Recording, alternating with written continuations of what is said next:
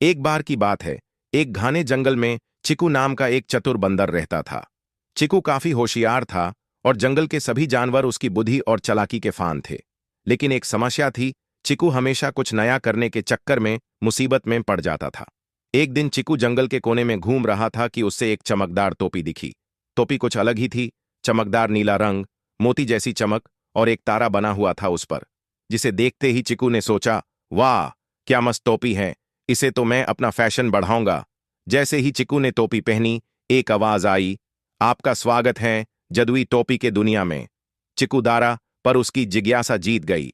अचानक ही टोपी ने उससे हवा में उड़ा दिया। जंगल के सभी जानवर देखकर हैरान रह गए। बंदर उड़ रहा था। चिकू को मजा आने लगा। उसने टोपी से कहा, मुझे एक बड़ा आम चाहिए। टोपी से एक सेकंड में एक तरबूज जैसा बड़ा आम सामने आ गया। चिकू ने मजे से खाया। लेकिन जैसे जैसे समय बीता, चिकू टोपी के जादुई शक्ति का गलत इस्तेमाल करने लगा। कभी हाथी को छोटा बना देता, कभी मोर की पूंछ को गिरा देता। जंगल में सब परेशान हो गए। एक दिन मोरनी मीना बोली, चिकू, ये गलत है, तुम टोपी का दुरुपयोग कर रहे हो। चिकू हंसकर बोला, मैं तो सिर्फ मजाक कर रहा हूं। तभी एक दिन टोपी ने कुछ अलग किया। चिकू ने कहा, मुझे एक चॉकलेट का पेड़ चाहिए। पर इस बार टोपी से आवाज आई, आपका इच्छा पूरी करने के योग्य नहीं है। चिकू हैरान हुआ। उसने फिर कहा, एक स्कूटर चाहिए।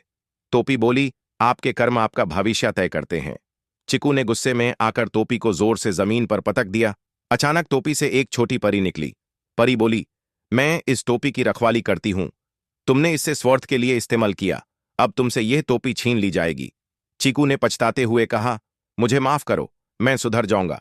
परी ने कहा, एक मौका मिलेगा अगर तुम 3 दिन तक बिना किसी जदुई चक्कर के सबकी मदद करो। चिकू मान गया। अगले 3 दिन तक उसने सबकी सेवा की। कभी खरगोश के घर में सफाई की, कभी कबूतर के बछों को खाना खिलाया। उसकी मेहनत और सच्चाई देखकर परी ने कहा, तुमने सबक सीख लिया, टोपी तुम्हारे योग्य हो गई है। लेकिन इस बार चिकू ने कहा, मैं टोपी नहीं चाहता, मैं बिना जदुई शक्ति के ही अपने दोस्तों की मदद करूंगा। परी मुस्कुराई, वही असली जदुई शक्ति है, अच्छे कर्म और दोस्ती। और यूं चिकू सबका प्रिय बंदर बन गया, बिना किसी जदुई टोपी के। सीख, जदुई शक्ति से ज्यादा जरूरी है दयालु दिल और सच्चा मन। गलत काम से सिर्फ परेशानी मिलती है और अच्छाई से ही असली शक्ति मिलती है।